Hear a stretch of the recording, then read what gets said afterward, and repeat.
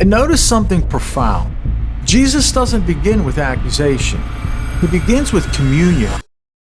Jesus deliberately returns Peter to the smell, the memory, the atmosphere of his deepest failure.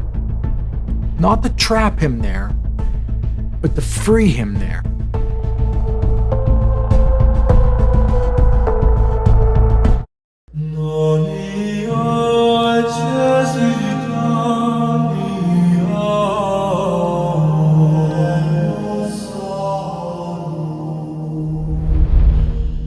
What if the place that you most want to hide from God is actually the very place that He wants to meet you?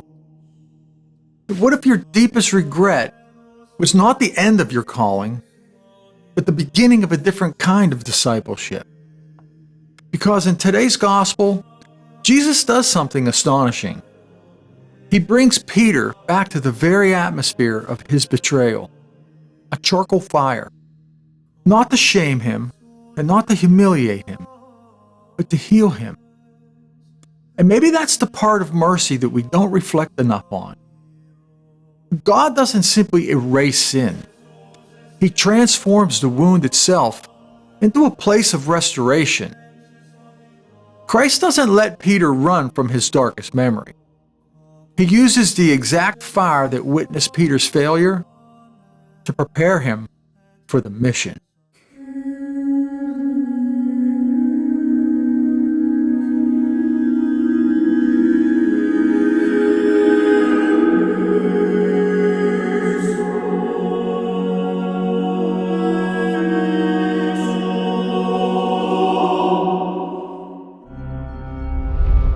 Hi, I'm Greg, and welcome back to the Solemn Disciple.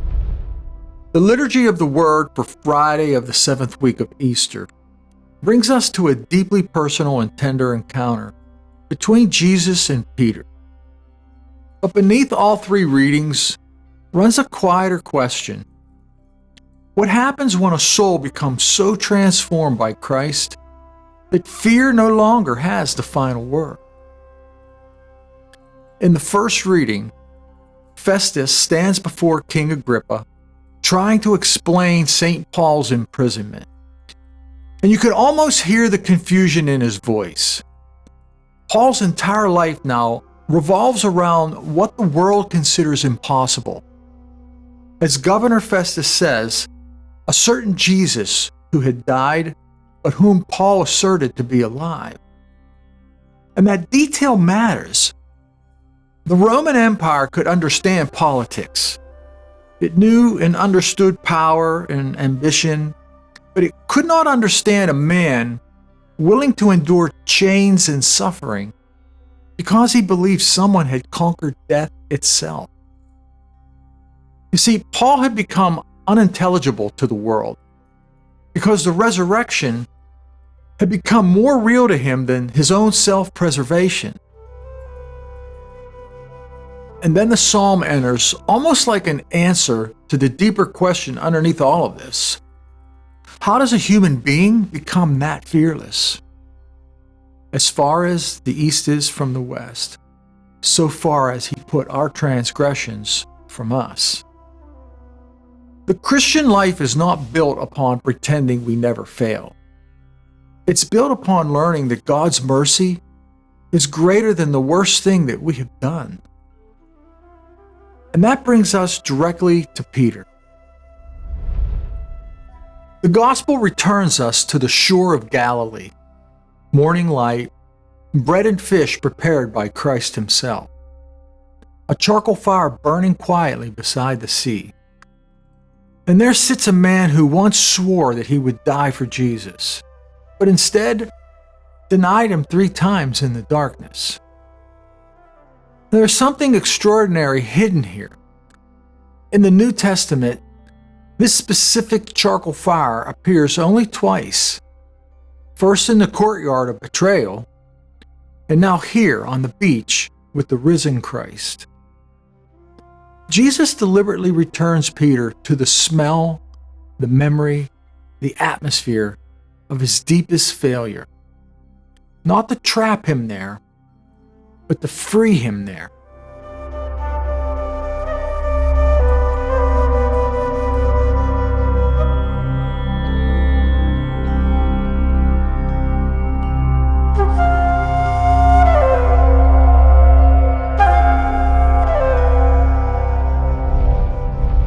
And notice something profound. Jesus doesn't begin with accusation. He begins with communion. Breakfast comes before correction. Mercy comes before the mission. And only then does Jesus ask the question Peter has probably feared ever since the crucifixion. Simon, son of John, do you love me? Peter no longer speaks with the confidence that he once had. Before the Passion, he promised that he would never fall away.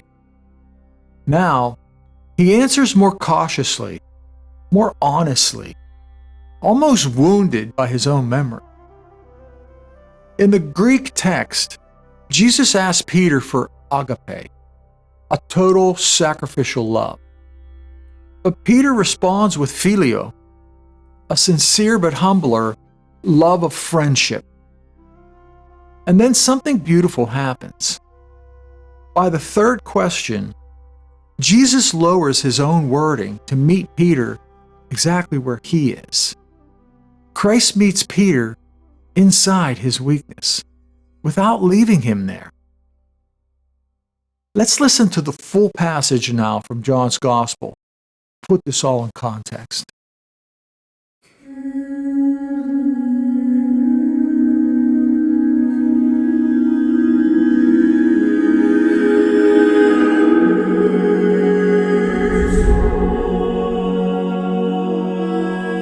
After Jesus had revealed himself to his disciples and eaten breakfast with them, he said to Simon Peter, "Simon, son of John, do you love me more than these?"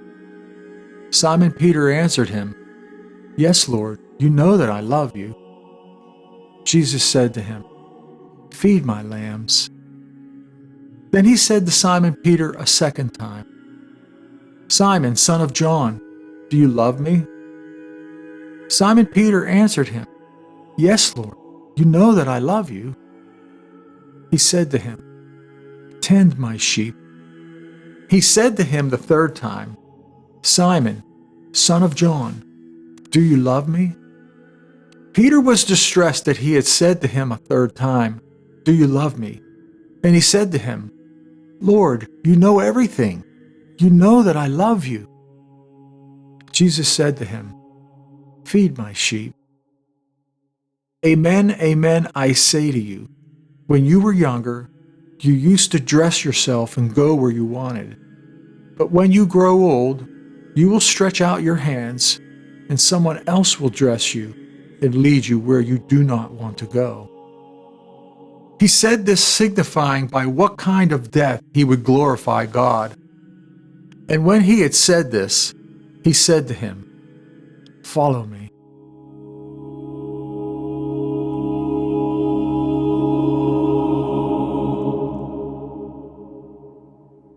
There's a depth inside this gospel encounter that can easily be missed if we move too quickly past it.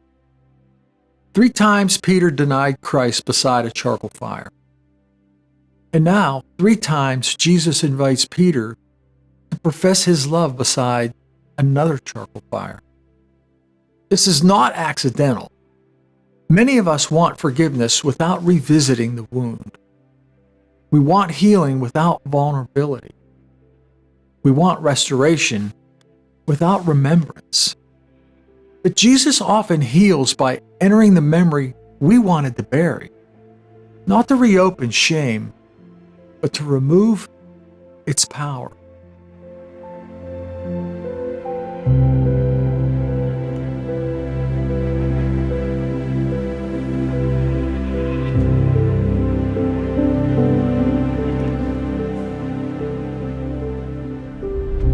Before the Passion, Peter overestimated himself, but suffering changed him.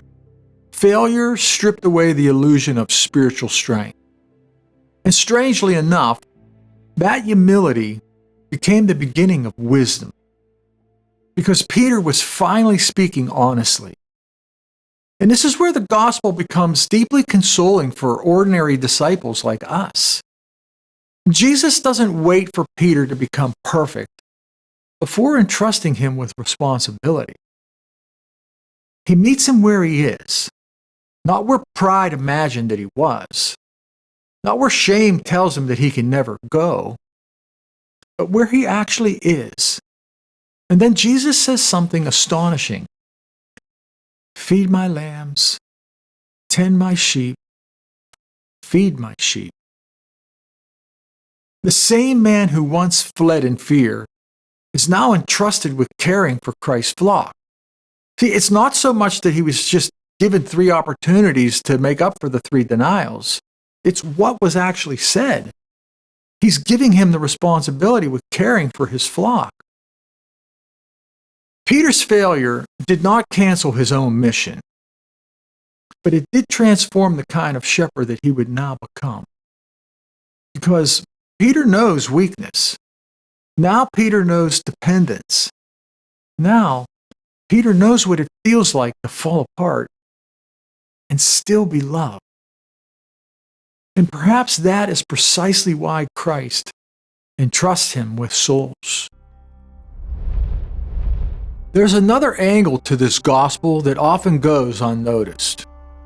Jesus doesn't restore Peter to the man that he was before the betrayal, as though nothing ever happened. No. Peter, after the failure, becomes a different man entirely.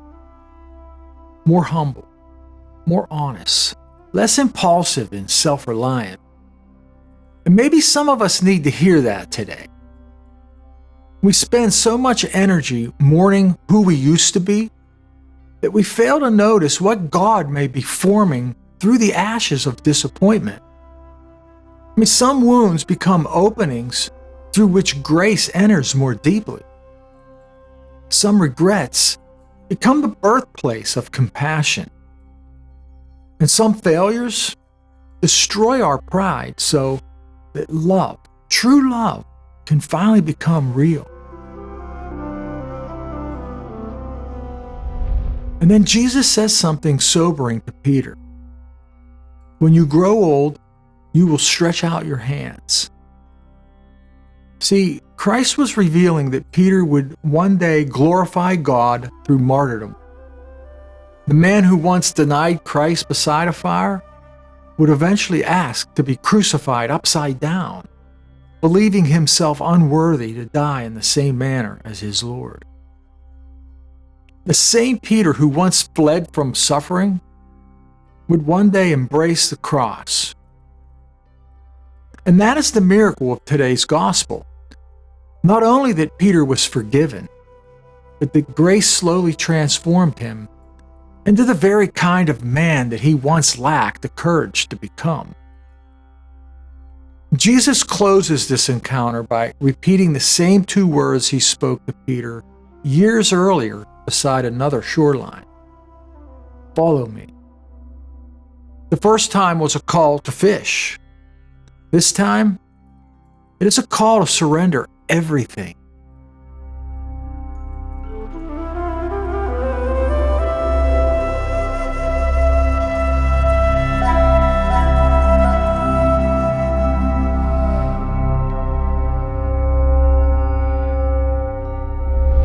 And maybe that's what God is doing in us too.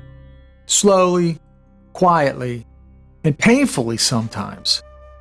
Through years we barely understand while we were living them. Because Christianity is not the story of flawless people impressing God. Christianity is the story of broken people being transformed by love over time. And maybe the greatest proof that God is still working in your life is not that you never failed, but that He keeps calling your name after you did. Pray with me.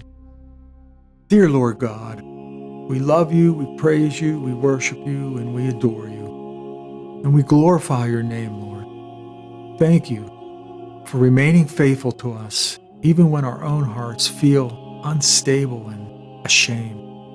Most merciful Lord, when I remember my own failures, do not let me remain trapped in this discouragement. Meet me beside the charcoal fire of my own regrets. Bring your healing presence into the memories I have tried to bury and suppress. Transform even my deepest humiliations into places where your grace can work through me for others. Give me the humility of St. Peter to stop relying on my own strength. Help me love you more deeply each day, and give me the courage to follow you wherever you call me to go. And we ask this all through Christ our Lord. Amen.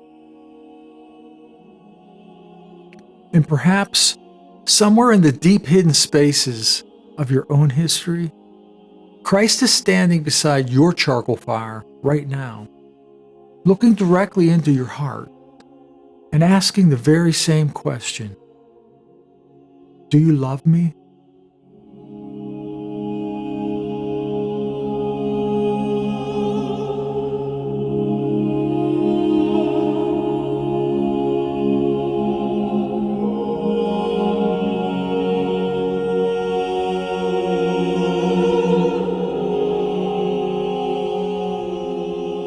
I'm Greg, and this is the Solemn Disciple. Thanks for spending this time with me today, guys. The greatest tragedy of modern life is not that people feel empty, but that so few realize where to look for the answers. And what always amazes me is the deepest mystery of the Christian life is not that we search for God, but that God desires first to dwell within us. I'll see you guys in the next one. God bless.